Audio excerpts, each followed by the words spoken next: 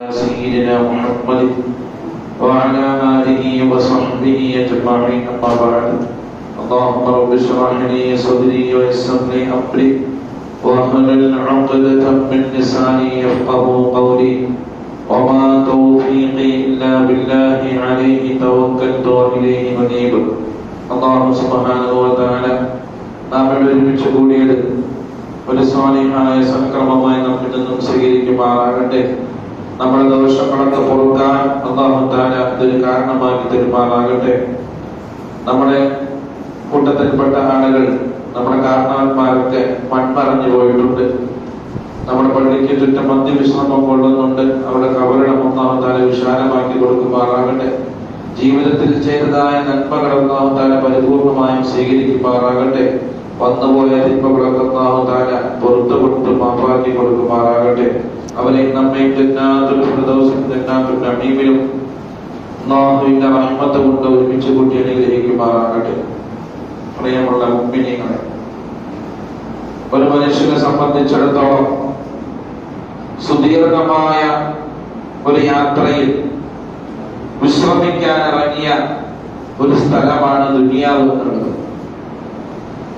എന്ന് വെച്ചാൽ ഒരു ദീർഘയാത്ര ചെയ്യുന്ന ഒരു വ്യക്തി ഒന്ന് വിശ്രമിക്കാൻ വേണ്ടി പള്ളിയിൽ കയറി കുറച്ചു നേരം വിശ്രമിക്കുന്നത് പോലെ, അല്ലെങ്കിൽ ഒരു ട്രെയിൻ യാത്ര ചെയ്യുന്ന വ്യക്തി ഒരു സ്റ്റേഷനിൽ ഇറങ്ങി അവൻ കുറച്ചു നേരം റെസ്റ്റ് എടുക്കുന്നത് പോലെ ഒരു യാത്രക്കിടയിൽ ഇറങ്ങി വിശ്രമിക്കാൻ വേണ്ടി ഇറങ്ങുന്ന ഒരു സ്ഥലമാണ് ദുനിയാവ് എന്നുള്ളത്. അഥവാ ആലമുൽ അർവാഹി എന്നുള്ള ലോകത്ത് നിന്ന് നാം പുറപ്പെട്ട് ആഖിറമാകുന്ന ലോകത്ത് നമ്മുടെ ലക്ഷ്യസ്ഥാനമാകുന്ന സ്വർഗത്തിൽ എത്തുന്നതിന് മുമ്പ് നമ്മളൊന്ന് റെസ്റ്റ് എടുക്കാൻ വേണ്ടി അല്ലാഹു തആല നമുക്ക് സംവിധാനം ചെയ്തൊരു സ്ഥലമാണ് ഈ ദുനിയാവ് എന്നുള്ളത്. അതുകൊണ്ട് തന്നെ ഈ റെസ്റ്റ് എടുക്കാനുള്ള ദുനിയാവിൽ നാം നല്ലപോലെ ജീവിച്ചാൽ മാത്രമേ തുടർച്ചയുള്ള നാം നേരിടാൻ പോകുന്നതായ ബാക്കിയുള്ള സ്ഥലങ്ങളിലൊക്കെ സന്തോഷകരമായി നമുക്ക് സ്വീകരണം കിട്ടുകയുള്ളൂ. അതുപോലെ തന്നെ ആഖിറമാകുന്ന ആ ലക്ഷ്യസ്ഥാനത്തേക്ക്, സ്വർഗമാകുന്ന ലക്ഷ്യസ്ഥാനത്തേക്ക് എത്തിച്ചേരാൻ സാധിക്കുകയുള്ളൂ എന്ന് നാം മനസ്സിലാക്കുക. അതിനുള്ള വഴികളാണ് ഇനി വരുന്ന ദിവസങ്ങളിൽ നമുക്കുള്ളത്. പരിശുദ്ധമാക്കപ്പെട്ട റമദാൻ ശരീഫ് നമ്മളിലേക്ക് വരികയാണ്. പുണ്യങ്ങളുടെ പൂക്കാലമാണ്. അത്തരത്തിലുള്ളതായ ആ ദിവസങ്ങളൊക്കെ ഉപയോഗപ്പെടുത്താനുള്ള പരിശീലനങ്ങൾ നാം നടത്തിക്കൊണ്ടിരിക്കുകയാണ്. പ്രിയമുള്ളവരെ, ആഖിറത്തിലേക്കുള്ള നല്ലൊരു മുതൽക്കൂട്ട് ഈ ഒരു കുറഞ്ഞ മാസങ്ങളും നമുക്ക് ഉണ്ടാക്കിയെടുക്കാൻ സാധിക്കേണ്ടതുണ്ട്. ദുനിയാവ് എന്ന് പറഞ്ഞാൽ വളരെ നിസ്സാരമാണ്. പരിശുദ്ധ ഖുർആനിൽ അല്ലാഹു സുബ്ഹാനഹു വ തആല പറയുന്നുണ്ട്, നാം എല്ലാ വെള്ളിയാഴ്ചയും ഓതാറുള്ള സൂറത്തുൽ കഹ്ഫിലെ 45-ാമത്തെ അധ്യായം സൂറത്തിൽ ആയത്തിൽ അല്ലാഹു തആല പറയുന്നുണ്ട്, വദരിബ് ലഹും മസലൻ ഹയാത്തിദ് ദുനിയ. അല്ലാഹു സുബ്ഹാനഹു വ തആല വിശുദ്ധ ഖുർആനിൽ പറയുന്നു, വദരിബ് ലഹും മസലൻ ഹയാത്തിദ് ദുനിയ. ദുനിയാവിലെ സുന്ദരമായ ആ ജീവിതത്തെ കുറിച്ച് അതിന്റെ ഒരു ഉപമയെ ഉദാഹരിച്ചു കൊടുക്കൂ നബിയെ. എന്താണ് അതിന്റെ ഉപമ? കമാ അൻസൽനാഹു മിനസ് സമാ, ആകാശത്ത് നിന്ന് ഇറങ്ങുന്നതായ പെയ്യുന്നതായ വെള്ളത്തെ പോലെയാണ്. ഫഖ്തലത ബിഹി നബാതുൽ അർദ്, അങ്ങനെ ആകാശത്ത് നിന്ന് വർഷിക്കുന്ന ആ മഴ കാരണമായി കൊണ്ട് ഫഖ്തലത ബിഹി നബാതുൽ അർദ്, ഭൂമിയിലുള്ള സസ്യങ്ങളൊക്കെ മുളയ്ക്കുന്നത് നാം കാണുന്നില്ലേ? അതുപോലെയാണ് ദുനിയാവ്. മാത്രമല്ല ഫഅസ്ബഹ ഹശീമ, കുറച്ച് കഴിയുമ്പോഴേക്കും ആ സസ്യങ്ങളൊക്കെ നല്ല പഴുത്തുകൊണ്ട് ഉണങ്ങിപ്പോകുന്നത് നാം കാണുന്നില്ലേ? അത്രയ്ക്കുള്ള ദുനിയാവ്. ആ ഉണങ്ങിയ ആ ഇലകൾ അല്ലെങ്കിൽ ആ വൈക്കോലുകൾ ഒരു കാറ്റ് വീശുമ്പോൾ ചിന്നച്ചിതറുന്നത് പോലെ ചിന്നച്ചിതറ പോകുന്ന ഒരു സംഗതിയാണ് ദുനിയാവ്. അത്രക്കുള്ളൂ ദുനിയാവ് എന്ന് വിശുദ്ധ ഖുർആനിൽ വളരെ ഭംഗിയായി കൊണ്ട് അല്ലാഹു തആല നമുക്ക് മുന്നറിയിപ്പ് നൽകുന്നുണ്ട്. അപ്പോൾ പ്രിയമുള്ളവരെ, നമ്മളൊന്ന് ചിന്തിച്ചു നോക്കുക. നമ്മുടെ ചുറ്റുപാടും ഒരുപാട് സസ്യങ്ങളുണ്ട്, ഒരുപാട് ചെടികളുണ്ട്. റോഡരികിൽ ചെടികൾ കാണാം, വീട് മുറ്റത്ത് ചെടികൾ കാണാം, മറ്റു സസ്യങ്ങളൊക്കെ കാണാം. ഒന്ന് രണ്ട് കുറച്ച് ദിവസം കഴിയുമ്പോഴേക്ക് അത് ഉണങ്ങിപ്പോകുന്നത് പോലെ വളരെ നിസ്സാരമാണ് നമ്മുടെ ഈ ദുനിയാവ് എന്ന് പറയുന്ന ഈ ജീവിതം. ഈ ജീവിതത്തിൽ പ്രിയമുള്ളവരെ, മുൻഗാമികളായ ആളുകളൊക്കെ എത്രയോ കരഞ്ഞിട്ടുണ്ട്, പേടിച്ച് കരഞ്ഞിട്ടുണ്ട്. അടുത്ത ആഖിറത്തിലേക്കുള്ള ഒന്നും സമ്പാദിച്ചിട്ടില്ലല്ലോ അല്ലാ, ഞാൻ ഒന്നും സമ്പാദിച്ചിട്ടില്ല റബ്ബേ എന്ന് പറഞ്ഞുകൊണ്ട് കരഞ്ഞ എത്രയോ സഹാബത്ത് നമുക്ക് കഴിഞ്ഞു പോയിട്ടുണ്ട്. മുൻകാല ഭരണാധികാരികളെ എടുത്തു നോക്കിയാൽ അവരൊക്കെ വസിയത്ത് ചെയ്യുമായിരുന്നു അത്രേ. അവർ വസിയത്ത് ചെയ്യുന്നത്, ഞങ്ങളൊക്കെ ഖബർസ്ഥാനിലേക്ക് കൊണ്ടുപോകുമ്പോൾ ഞങ്ങളെ കൈകളൊക്കെ കഫംപുടയുടെ പുറത്തേക്ക് ആക്കിയിട്ട് കൊണ്ടുപോകണം. ആളുകൾ കാണട്ടെ, ഇത്ര കാലം ഞങ്ങൾ അടക്കി ഭരിച്ച ഒരു ഭരണാധികാരി ഒന്നുമില്ലാതെയാണ്, കൈകളിൽ ഒന്നും ഒരു സ്വത്ത് പോലും കൊണ്ടുപോകുന്നില്ല എന്ന് ജനങ്ങൾ അറിയട്ടെ എന്ന് പറഞ്ഞ് കഫംപുടയിൽ നിന്ന് കൈകൾ പുറത്തേക്കിട്ട് പള്ളിക്കാട്ടിലെത്തുന്നത് കബറടക്കുന്നതിന് മുമ്പ് കഫൻപുടയിലേക്ക് തിരിച്ചു വയ്ക്കുകയും അങ്ങനെ കബർ അടക്കിയ എത്രയോ സംഭവങ്ങൾ മുൻകാല ഭരണാധികാരികളിൽ കഴിഞ്ഞു പോയിട്ടുണ്ട്. ഒരു മാതൃകാപരമായി ഒരു വ്യക്തി, അലക്സാണ്ടർ എന്ന് പറയുന്ന ഒരു ചക്രവർത്തി, അദ്ദേഹം മരണപ്പെടുന്ന സമയത്ത് ഒരു വസീയത്ത് ചെയ്യുന്നുണ്ട്. അവിടുത്തെ ആളുകളോട് പറയുകയാണ്, നിങ്ങള് എന്നെ ശ്മശാനത്തിലേക്ക് കൊണ്ടുപോകുമ്പോൾ എന്റെ കൈകൾ പുറത്തിടുക. കാരണം ഞാൻ ഇത്രയും നാളും ഭരണം നടത്തിയിട്ട് ഒരു സ്വത്ത് പോലും ഞാൻ കൊണ്ടുപോകുന്നില്ല എന്നറിയിക്കാനാണ്. മാത്രവുമല്ല, എന്നെ ചുമന്നു കൊണ്ടുപോകേണ്ടത് എന്റെ സ്വന്തക്കാരായ ആളുകളല്ല, എന്റെ അടുത്ത ബന്ധുക്കളായ ആളുകളൊന്നും എന്നെ കൊണ്ടുപോകാൻ പാടില്ല. നേരെ മറിച്ച് എന്നെ കൊണ്ടുപോകേണ്ടത് അതിവിദഗ്ധരായ, എന്നെ ചികിത്സിച്ച ഡോക്ടർമാരും വൈദ്യന്മാരുമാണ് എന്നെ കൊണ്ടുപോകേണ്ടത്. കാരണം എന്താണ്? ഈ ഇത്തരത്തിലുള്ളതായ ഡോക്ടർമാർക്ക് ഒന്നും തന്നെ ചെയ്യാൻ സാധിക്കുകയില്ല എന്ന് തെളിയിക്കാനാണ് അവരെന്നെ കൊണ്ടുപോകാൻ ഞാൻ കൽപ്പിക്കുന്നത്.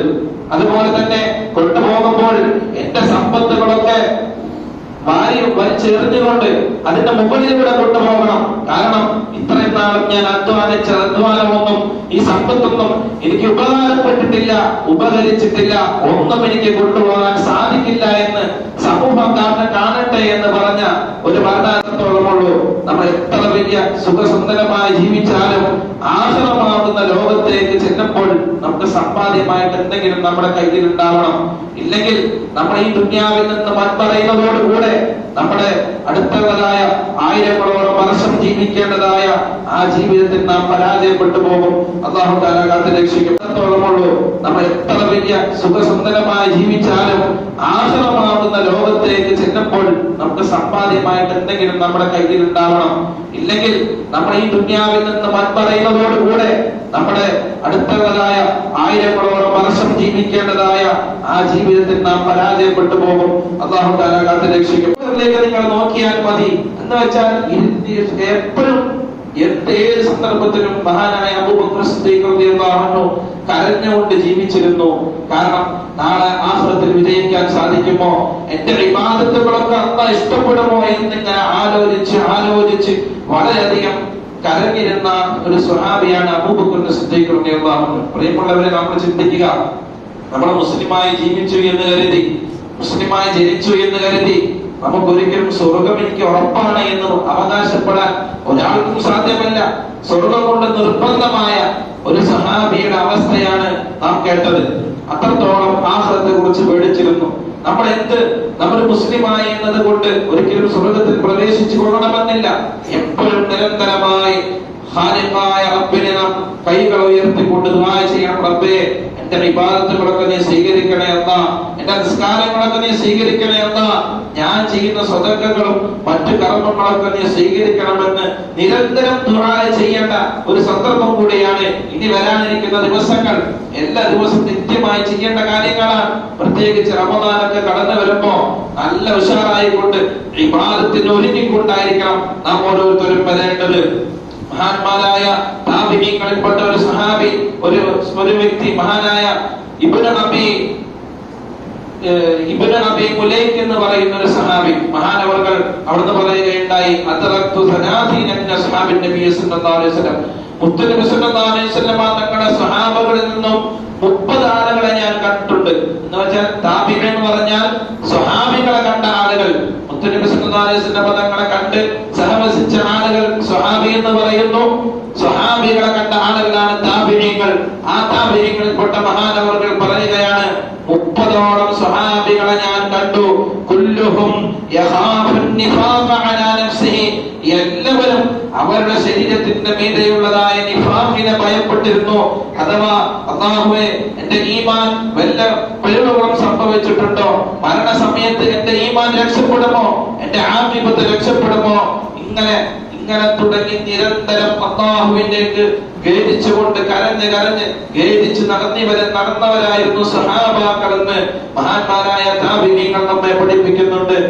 പ്രിയമുള്ളവരെ, അപ്പോൾ നമ്മുടെ ജീവിതത്തിൽ എപ്പോഴും ഇത്തരത്തിലുള്ള ചിന്ത ഉണ്ടാവണം. നാളെ ആഖിറത്തിലേക്ക് എന്തെങ്കിലും എനിക്ക് സമ്പാദിക്കണം എന്നുള്ളൊരു ചിന്ത നമുക്ക് എപ്പോഴും ഉണ്ടാവണം. നരക നിവാസികളെ കുറിച്ച് വിശുദ്ധ ഖുർആനിൽ അല്ലാഹു തആല പറയുന്നത് കാണാം, ഫഅമ്മാ മൻ തവാ, തിന്മ ചെയ്തുകൊണ്ടേയിരിക്കുന്ന ആളുകളാണ് അവർ. ദുനിയാവിൽ ജീവിക്കുമ്പോൾ ദുനിയാവിന് അവർ സ്ഥാനം കൊടുക്കുന്നവരാണ്. എന്ത് വിഷയം വന്നാലും ദുനിയാവിന് അവർ മുൻതൂക്കം കൊടുക്കും. ഖാലിഖാകുന്ന റബ്ബ് സുബ്ഹാനഹു വ തആല എന്ത് പറഞ്ഞോ അതിനൊക്കെ മാറ്റി വെച്ചുകൊണ്ട് അതൊക്കെ സാരമില്ല, അതൊക്കെ പിന്നെ നോക്കാം എന്ന് പറഞ്ഞ് ദുനിയാവിന് സ്ഥാനം കൊടുക്കുന്ന ആളുകളാണ്. അവരുടെ അഭയ കേന്ദ്രം നരകമാണ്, അവർ ഉറപ്പിച്ചു കൊള്ളട്ടെ എന്ന് വിശുദ്ധ ഖുർആനിൽ അല്ലാഹു തആല പറയുന്നു.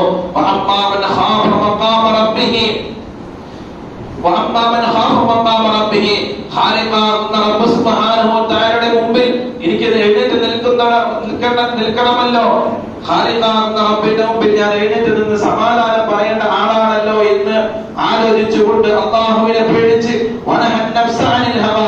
ഹവകളൊക്കെ ഇഷ്ടങ്ങളൊക്കെ മാറ്റിവെച്ച് സ്വന്തം നഫ്സിന്റെ ഇഷ്ടങ്ങളൊക്കെ മാറ്റിവെച്ച് തിന്മകളിലൊക്കെ നിന്ന് വിട്ടു നിൽക്കുന്ന ആളുകള് അവരുടെ കേന്ദ്രം സ്വർഗമാണെന്ന് അല്ലാഹു സുബ്ഹാനഹു വ തആല വിശുദ്ധ ഖുർആൻ പഠിപ്പിക്കുന്നുണ്ട്. അതുകൊണ്ട് നമ്മുടെ ഇഷ്ടപ്രകാരം അതൊക്കെ പിന്നെയാവാം, ആഖിറമല്ലേ, അതൊക്കെ പിന്നെ നോക്കാം, ഇപ്പൊ തന്നെ പോട്ടെ എന്നുള്ള ചിന്തകളൊക്കെ മാറ്റി അല്ലാഹു എന്ന് പറഞ്ഞു, മുത്തനബി സല്ലല്ലാഹു അലൈഹി വസല്ലം പദങ്ങൾ എന്ത് പഠിപ്പിച്ചു, ആ ഒരു രൂപത്തിൽ ജീവിക്കാൻ നാം ശ്രമിക്കണം. അതിന് പറ്റിയ ദിവസങ്ങളും ദിനരാത്രങ്ങളും മാസങ്ങളുമാണ് നമ്മളിലേക്ക് കടന്നു വരുന്നത്. പരമാവധി നാം അതിനെ ഉപയോഗപ്പെടുത്തണം. മാത്രമല്ല അല്ലാഹുമ്മ ബാരിക് ലനാ ഫീ റജബിൻ വ ശഅബാൻ എന്നുള്ള ദുആ നിരന്തരമായി ദുആ ചെയ്യേണ്ട ഒരു സന്ദർഭം കൂടിയാണ്. റമദാന് തൊട്ടു മുന്നേയുള്ള ദിവസങ്ങളിലൊക്കെ മരണപ്പെട്ടു പോകുന്ന എത്ര ആളുകൾ നാം കഴിഞ്ഞ വർഷങ്ങളിലൊക്കെ കണ്ടു. അല്ലാഹു തആല ഈ റമദാൻ നല്ല രൂപത്തിൽ സ്വീകരിക്കാനും അതിനെ വേണ്ട പോലെ പരിപാലിക്കാനും അല്ലാഹു തആല നമുക്ക് തൗഫീഖ് നൽകി അനുഗ്രഹിക്കുമാറാകട്ടെ. പ്രധാനപ്പെട്ട ദുആക്കാൻ ഏൽപ്പിച്ചിട്ടുണ്ട്. കിഡ്നി മാറ്റിവെച്ച ഒരു സഹോദരൻ ഇപ്പോ ഇന്നലെ